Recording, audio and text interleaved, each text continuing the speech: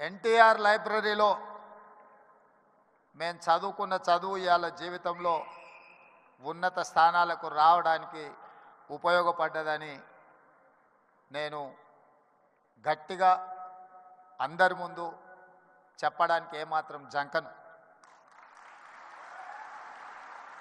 మనం వచ్చిన నేపథ్యం, మన రాణించిన తీరు, మనకు అవకాశం ఇచ్చిన వాళ్ళను తక్కువ చేసి మాట్లాడవలసిన అవసరం లేదు, చిన్న చేసి చూడడము పద్ధతి కాదు. అదేవిధంగా కమ్యూనిటీకి సంబంధించిన గొప్ప వ్యక్తుల గురించి, చరిత్ర గురించి మా మిత్రులు చాలామంది చెప్పారు. మిత్రుడు కుసుమ్ కుమార్ గారు ఎన్టీఆర్ కంటే ముందు 52 మంది కమ్మ సామాజిక వర్గం ఎమ్మెల్యేలు ఉండేవాళ్ళు అని అన్నారు. కానీ ఎన్టీఆర్ వచ్చిన తర్వాత ఎన్టీఆర్ ఒక బ్రాండ్ క్రియేట్ చేసింది. NTR is brand. NTR is brand for politics. NTR is brand for leadership. వారు ఇచ్చిన అవకాశాలతోని ఆ రాష్ట్రమైనా ఈ రాష్ట్రమైనా ఏ రాజకీయ పార్టీ అయినా ఈరోజు నాయకులు ఉన్నారు అని అంటే ఎన్టీఆర్ గారు ఆనాడు ఇచ్చిన అవకాశాలే. ఇవాళ ఇక్కడ ఆయనను అవమానించేటట్టు మాట్లాడిన వాళ్లకు అవకాశం ఇచ్చింది ఆయన్నే. ఇవాళ ఆయన గౌరవం ఉండాలి, ఆయన పేరును స్మరించుకోవాలని చెప్పేవాళ్ళు కూడా ఆయన ఇచ్చిన నాయకత్వంతో వచ్చినోళ్ళే. అది ఎన్టీఆర్ లోపము, ఎన్టీఆర్ తప్పు కాదు. ఎన్టీఆర్ అందరికీ అవకాశం ఇచ్చిండు. అవకాశం వచ్చిన వాళ్ళు ఒక్కొక్కరు ఒక్కొక్క రకంగా ఉండొచ్చు, అది వాళ్ళ యొక్క విజ్ఞత. అదేవిధంగా ఎన్జి రంగా, అదేవిధంగా వెంకయ్య నాయుడు. ఈనాడు చంద్రబాబు నాయుడు గారి గురించి నేను చెప్పాల్సిన అవసరం లేదు.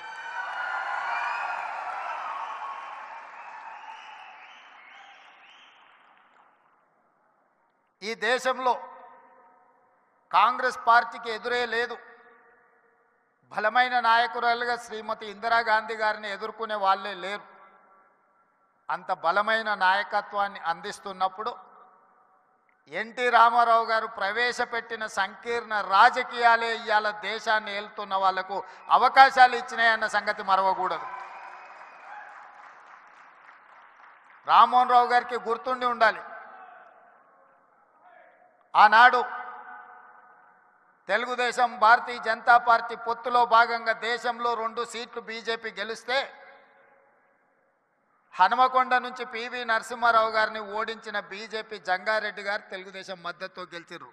దేశంలో 2 సీట్లు బీజేపీ గెలిచిన రోజు 1 సీటు గుజరాత్లో గెలిస్తే 2వ సీటు తెలంగాణలో తెలుగుదేశం పార్టీ ఎన్టీ రామారావు గారి మద్దతుతో గెలిచింది. నేషనల్ ఫ్రంట్ కావచ్చు, యునైటెడ్ ఫ్రంట్ కావచ్చు, ఎన్డీఏ కావచ్చు, ఎప్పుడెప్పుడు అధికారంలోకి వచ్చినా అప్పుడప్పుడు ఎన్టీఆర్ ఆలోచన సంకీర్ణ రాజకీయాలే ఈరోజు వాళ్ళందరూ కూడా అధికారంలో ఉండడానికి అవకాశం వచ్చింది. అందుకే ఈరోజు మిత్రులారా,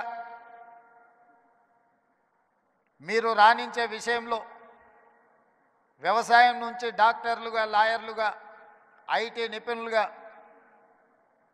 అమరావతి నుంచి సిలికాన్ వ్యాలీ వరకు మీ కృషిని ఎవరు కాదనలేరు. ఇవాళ సత్యనాదెన్ల నుంచి మొదలు పెడితే చాలామంది కొత్తగా వచ్చే పెద్ద మల్టీనేషనల్ కంపెనీలో సీఈఓలుగా మన వాళ్ళు చాలామంది ఉన్నారు. సరే, అమెరికాలో ఇక్కడ బహిరంగ సభ పెట్టిన దానికంటే పెద్ద ఎత్తున మా తానా సోదరులు సభలు పెడుతుంటారు ప్రతి 2 సంవత్సరాలకు. తప్పకుండా ఇప్పటివరకు ఎప్పుడూ నేను వెళ్తూనే కలుస్తూనే వస్తున్నా. అయితే ఈ సమావేశం కమ్మ గ్లోబల్ ఫెడరేషన్ ఒక మంచి సాంప్రదాయాలకు, సమాజానికి ఉపయోగపడే విధంగా ఈ హైదరాబాదు నగరాన్ని విశ్వనగరంగా మార్చడానికి అవసరమైన ప్రణాళికలలో మీరు భాగస్వాములు కావాలి. తెలంగాణ రాష్ట్ర ప్రభుత్వం మిమ్మల్ని ఆహ్వానిస్తుంది. మీలో ఉన్న నిపుణులను, మీలో ఉన్న నైపుణ్యాన్ని అన్ని రకాలుగా ప్రోత్సహించడానికి తెలంగాణ రాష్ట్ర ప్రభుత్వం సంసిద్ధంగా ఉంది. ఎలాంటి బేసిజాలు అక్కర్లేదు. హైదరాబాదు నగరం ప్రపంచంతో పోటీ పడాలంటే ప్రపంచంలో రాణించిన కమ్మ సోదరులకు ఇక్కడ అన్ని రకాల అవకాశాలు కల్పించడానికి మా ప్రభుత్వం సిద్ధంగా ఉన్నది అని చెప్పి నేను ఈ వేదిక మీద నుంచి విజ్ఞప్తి చేస్తున్నా. మాకు భేషజాలు లేవు. కులం, మా కులాన్ని మేము అభిమానించుకుంటాం, మేము ఇతర కులాలను గౌరవిస్తాం. ఎక్కడా ఆ విషయంలో పొరపాటు జరగదు. మా కులం పట్ల మాకు అభిమానం ఉండొచ్చు, కానీ ఇతర కులాల పట్ల అపారమైన గౌరవం ఉన్నది. ఈ విజ్ఞతను ఎప్పుడూ తెలంగాణ రాష్ట్ర ప్రభుత్వం పాటిస్తుంది. మా మిత్రుడు శ్రీనివాసరెడ్డి గారైనా, మా సోదరుడు కోమటిరెడ్డి వెంకటరెడ్డి గారైనా మేము ఈ సూత్రాన్ని ఎప్పుడు అమలు చేస్తూనే ఉంటాం. తెలంగాణ రాష్ట్రంలో వివక్ష ఉండదు. తెలంగాణ రాష్ట్రంలో మీ కష్టానికి గుర్తింపు ఉంటుంది, మీకు అవకాశాలు ఉంటాయి. అదేవిధంగా ఈరోజు ఈ నగరం రాణించాలి అని అంటే పెట్టుబడులు రావాలి, పరిశ్రమలు పెరగాలి, దానికి అవసరమైన అనుమతులు ఇవ్వాలి. ప్రపంచంలో నిరసన తెలపడం అనేది ప్రాథమిక హక్కు. పన్నులు కడుతున్న ప్రాంతంలో ఎవరైనా తమకు నచ్చనప్పుడు, తమకు నచ్చని కార్యక్రమాలు ప్రపంచంలో జరుగుతున్నప్పుడు నిరసన తెలపడం అనేది, నిరసన తెలపడానికి అవకాశం ఇవ్వడం అనేది ప్రభుత్వాల బాధ్యత. నాడు తెలంగాణ ఉద్యమం జరుగుతున్నప్పుడు తెలంగాణ పిల్లలు అమెరికాలో వైట్ హౌస్ ముందర కూడా నిరసన తెలిపిన, అమెరికాలో కూడా తెలంగాణ ఉద్యమం చేయడానికి అమెరికన్ ప్రభుత్వమే అనుమతి ఇచ్చినప్పుడు తెలంగాణ రాష్ట్రంలో కొంతమంది తమ నిరసన తెలపాలనుకున్నప్పుడు ప్రభుత్వాలు నిర్బంధించాలన్న ఆలోచన వాళ్ళ పతనానికి దారి తీసింది తప్ప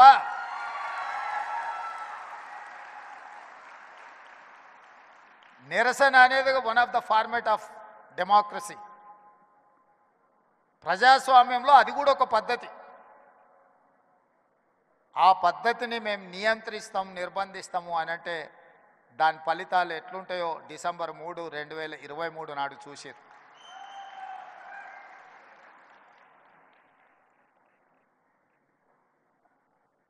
వెంకయ్య నాయుడు గారు రాష్ట్రపతి అవుతారని, అవ్వాలని మేమందరం ఆకాంక్షించిన పార్టీలు వేరైనా కూడా మన తెలుగువాడు ఢిల్లీలో మనకు ఒక గుర్తింపు, గౌరవాన్ని తెచ్చినవాడు. జైపాల్ రెడ్డి గారు, వెంకయ్య నాయుడు గారు జంట కౌలు లాంటోళ్ళు.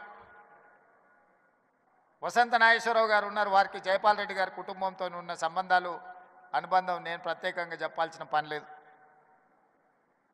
ఇప్పుడు ఢిల్లీలో నాయకత్వ లోపం కనిపిస్తున్నది. వెంకయ్య నాయుడు, జైపాల్ రెడ్డి గారు, అంతకంటే ముందు పివి నరసింహారావు గారు లాంటి, ఎన్టీ రామారావు గారు లాంటి నాయకులు తెలుగు రాష్ట్రాల నుంచి మన వాళ్ళు అక్కడ ఉంటే ఈరోజు జాతీయ స్థాయిలో మనకు కొట్టొచ్చినట్టుగా నాయకత్వ లోపం కనిపిస్తున్నది. మనందరం ఆలోచన చేయాల్సిన సందర్భం వచ్చింది. కులానికి, ప్రాంతానికి అతీతంగా మన తెలుగువారి యొక్క నాయకత్వం, తెలుగువారి యొక్క అభివృద్ధి కోసం పనిచేసే బలమైన నాయకత్వాన్ని ఢిల్లీలో మళ్ళీ రాణించాలి. అలా రాణించే నాయకులు ఎవరున్నా ప్రోత్సహించాలన్న ఆలోచన ఈ వేదిక మీద నుంచి మనందరం కూడా నిర్ణయం తీసుకోవాల్సిన అవసరం ఉన్నది.